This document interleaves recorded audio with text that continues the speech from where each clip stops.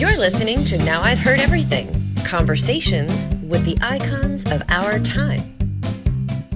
Well, at the heart of Donald is Donald Trump, whatever satisfies him. And money is the motivating factor. You know, at the end of a deal, who had a bigger pile of money? And in Donald's life, not only did he want the bigger pile, but he wanted the entire pile. Former Trump Organization executive Jack O'Donnell. Today on Now I've Heard Everything, I'm Bill Thompson.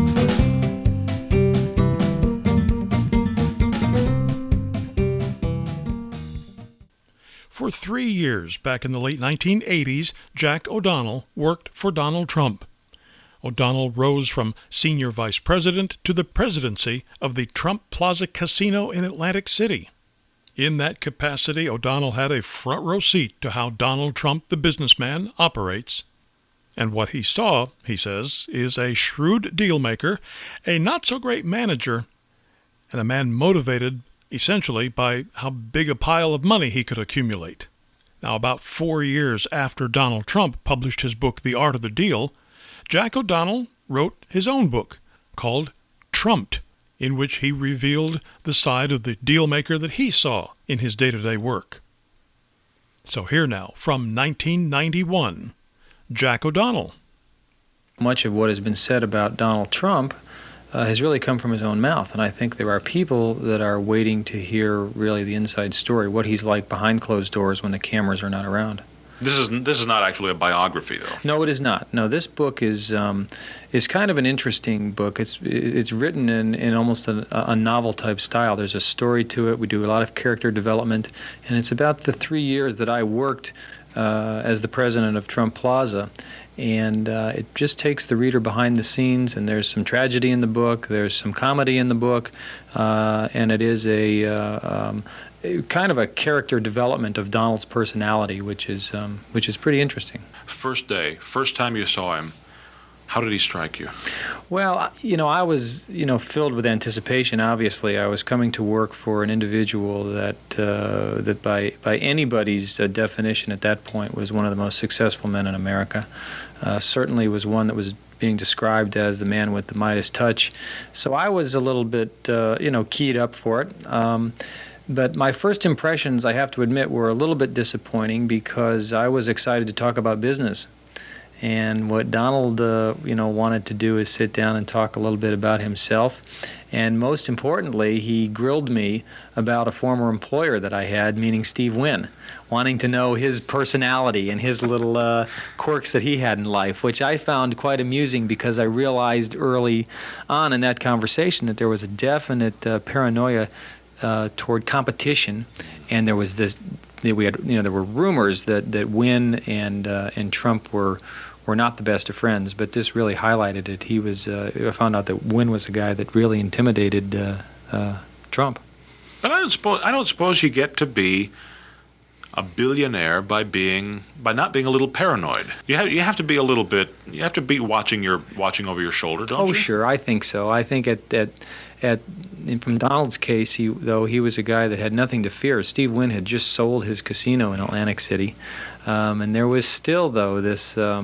He didn't want to have the spotlight stolen from him in any way, and Wynn was a guy that could do that. So in a way, I think Trump was rejoicing that Wynn was gone, because he certainly had the celebrity status in that town at that point, and I think Trump was anxiously looking to fill that void in the marketplace.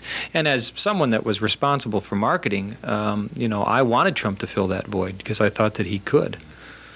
Nobody calls him Don or Donnie, do they? No, people that don't know him every now and then will walk in and try to, be a big shot and say, "Hi, Don, how you doing?" And it's pretty funny because he absolutely goes by Donald all the time. It's interesting how some of the stereotypes or some of the images that we've had you've reinforced. I mean, I guess they are true, but others, I mean, you've really presented a three-dimensional picture of the man. Well, he's a pretty, in one breath he's pretty simplistic when you talk to him, but there is a dimension to Donald that is interesting, and one that most readers don't, or that most of the public doesn't get a feel for, just from what they've read in the newspapers. There's a lot of high gloss in Donald Trump, and there's also a feeling just from general media that this is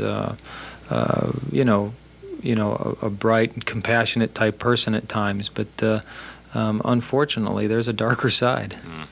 Is it fair to say that he is a master deal maker, but not a very good manager? Well, I think that he has some management weaknesses. Obviously, I think that. I make no bones about my book. If you're looking for both sides of the picture here, I'm only giving you my side. And I had some problems with Donald as a manager of people. Certainly, he and maybe it's not his fault because he was basically a developer, and he had a very small staff that traditionally reported through that organization, most of them which were salespeople, very independent types. Atlantic City was the first time that Donald had thousands of people reporting to him or actually on the Trump payroll. And so he really, I think, was kind of a fish out of water at that point, but he was lucky that he hired some people early on that did a very good job. As far as deal making, I think Donald was certainly a risk taker early on in his career, and I think that's what captivated America with this guy, is that he stepped into New York at a time when the city was struggling. He was able to negotiate some terrific deals with the city, and he really took some risks, and he was successful.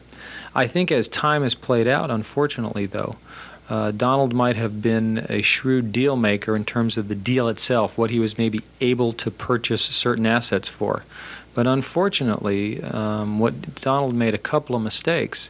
He began to enjoy the cash flow from his deals before the business was generating cash flow. And what he would do is use the deal to generate cash for himself. So he would buy an asset, say, for $100 million, and he'd borrow $150 million, so he had an extra 50 to play with. And what he was banking on was a continuation of his appreciating assets. So that not only they would cover the debt that he had on particular assets, but also the additional VIG that he had borrowed. And a real estate expert told me just recently that the only mistake Donald Trump ever made is the fact that he never sold. In real estate, you have to buy and you have to sell. And what has happened to him is really pretty simple, and it could have happened to a lot of people. But he over-leveraged, and then the market went soft on him. So he's really caught now, with a terrible situation on his hands. As of today, we know that there is $1.2 billion worth of debt that he has that he's defaulted on. Not just that he has $1.2 billion in debt. He's got way in excess of that, but he's already defaulted on $1.2 billion worth of debt. Oh, MasterCard was rough on me. Well, the unfortunate thing, and one of the reasons that I thought this book would be interesting for people to read, is that, and I thought the other side was appropriate, was that, one way or the other, you and I are going to be paying for that. The banks that have lost, hundreds of millions of dollars. I have trouble feeling sorry for them because they should have done a little more due diligence on some of the deals. But unfortunately, I wish it wouldn't have happened, because I know when the banks have debt that goes bad, that ultimately comes back to the small people that keep the bank afloat with their savings accounts and the interest rates that we get on borrowing money, etc. So I think we're going to, it affects us there. But also the public funds. He raised tremendous amounts of public funds through bond offerings for all of his casinos and other ventures, the shuttle, etc. And I think people invested in him based on the media hype. And that's really unfortunate. So I think this will give, he still talks about bailing himself out with some sort of public offering. And I'm not trying to squash a public offering of Donald Trump's, but if it happens, maybe some people will be a little bit more educated because of this book before they go buying Donald Trump stock. Is there a certain charisma to him? Can he walk? Was he the kind of guy who could walk into a bank and convince them to lend him $150 million if he only needed $100? Oh, absolutely. And I think that was one of the critical flaws that all the banks know that they fell into, is that not only could he walk in, he didn't have to convince. His name was enough. Toward the mid to late 80s, he was walking into banks and borrowing $50 to $100 million just by saying, "I want it. I need it today." And without tremendous amounts of due diligence, there was, I think, people or banks were buying the newspaper and the magazine, balance sheets which weren't necessarily reflections of the true Trump organization. All they were basically doing is listing assets. And when you said, here's a guy with $2.5 billion, $3 billion worth of assets, they were looking very simplistically at that as collateral in some instances. They weren't taking into consideration that he had $1 billion in assets, but already had $2 million in liabilities on those. So it was hindsight is 20/20, but I think a lot of people are feeling pretty foolish with what they've done with Donald Trump. Well, after all, he was, number 8 with a bullet on Forbes' richest men? Yeah, well, one time they did that, and then I guess it was also Forbes, though, that really caught on to, to the master of his balance sheets, and I think they were the first to dig in and say, hey, wait a minute, maybe we've all made a mistake. Is greed his motivation, or what's at the heart of him? Well, at the heart of Donald is Donald Trump. Whatever satisfies him, and he does. Money is the motivating factor, but he takes money into into his game, and his game is winners and losers, whatever it might be. And of course, it was particularly appropriate in the casino world because we deal in winners and losers every day. But it was also because Donald, judges things so simplistically, winners, losers. Casino industry was very frustrating for him because he could not understand that you had to have winners as well as losers in our business to be successful. But that's how he judged things. At the end of a deal, who had a bigger pile of money? And in Donald's life, not only did he want the bigger pile, but he wanted the entire pile. He definitely is motivated by money as much as he would like to tell the world that he doesn't judge himself based on money. That was the name of the game, and that's why he was involved in Atlantic City, because it's tremendous cash flow business. Tremendous cash flow business. Now you've had some time now to reflect on your years with Trump, and you've had some the time lends some objectivity to it. How plugged in were you? How much in the loop were you? Well, I was tremendously involved in the Atlantic City side. And I will say this: one of the things that Trump has said since this book came out is, O'Donnell wasn't an insider. And I say, I deal with that criticism head up and say, I admit that I was not a social insider.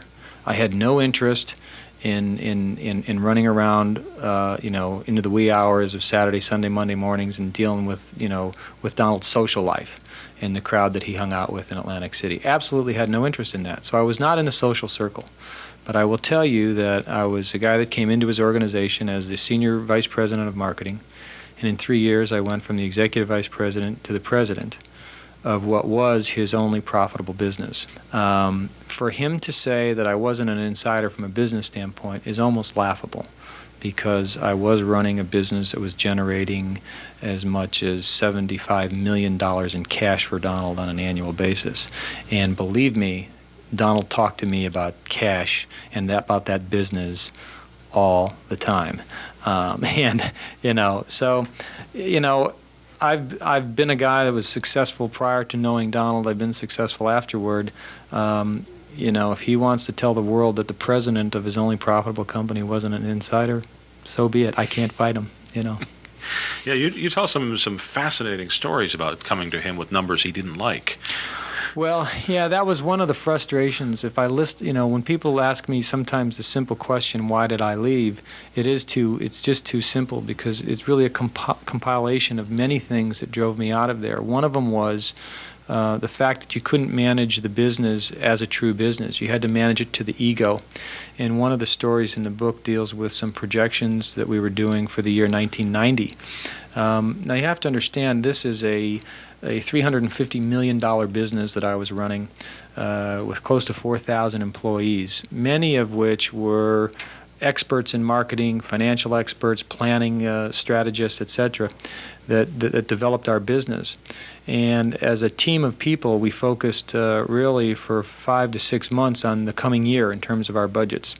And we analyzed the market in detail. We came up with a budget for 1990 that took into consideration that the country was slipping into a recessionary mode. Atlantic City in particular was flat in '89. We were going to have an addition of not only one casino, but the largest casino in the world, so it was going to have the effect of 2 casinos, meaning when the Taj Mahal opened. We took all this into consideration. We did our projections, and we were showing Trump Plaza 1990 slightly down. And when I took those budgets to New York, to say that I got blown out of the water would be an understatement. I was in his office about 30 seconds, and then that meeting necessitated a follow-up meeting between two of his executive vice presidents, his brother Robert and Harvey Freeman, where they came to Atlantic City to tell me the facts of projections. And the facts of projections at the Trump Organization were that we will never have a down number. We will never tell the public that we're going backwards, even if indeed we are. And at that point, they were very concerned because they were seriously considering a public offering, and they certainly couldn't have a business saying that they were going to be going backwards. Now, thank goodness they never made that public offering, because I think they would have been in serious trouble for misleading the public. And that was what I got uncomfortable with. I just, working in that organization to me was an accident waiting to happen, and one of which, who was career-oriented, I didn't think it was smart to stick around. Now you can get your copy of Trumped by Jack O'Donnell by tapping the link in our show notes, or by clicking the link in the description if you're listening to this on YouTube, or by going to our website, heardeverything.com. We may earn an Amazon commission if you make a purchase. While you're at heardeverything.com, don't miss my interviews with two other people who knew Donald Trump. My 2008 interview with former Apprentice star Omarosa. I have taught people how to treat me. No, you're not going to push me around. You should never underestimate me, and you should probably never turn your back on me, because you never know what's going to happen. And my 1993 conversation with Ivana Trump. I have a great confidence, and I know that I'm young, and I'm healthy, and I'm not poor. I have 3 beautiful children, and I have a great education. And I'm not lazy. I like to work. I always will be able to support myself no matter what. And of course, we post new episodes of Now I've Heard Everything every Monday, Wednesday, and Friday. And you can find us everywhere you listen to podcasts. And thank you so much for listening. Next time on Now I've Heard Everything, an interview with a former Democratic candidate for president, my 1993 conversation with Marianne Williamson. We let the fact that we argue over the means to a goal blind us to the power we have inherent in the fact that we agree on the goal. Instead, we're so busy bitching at one another. That's next time on Now I've Heard Everything. I'm Bill Thompson.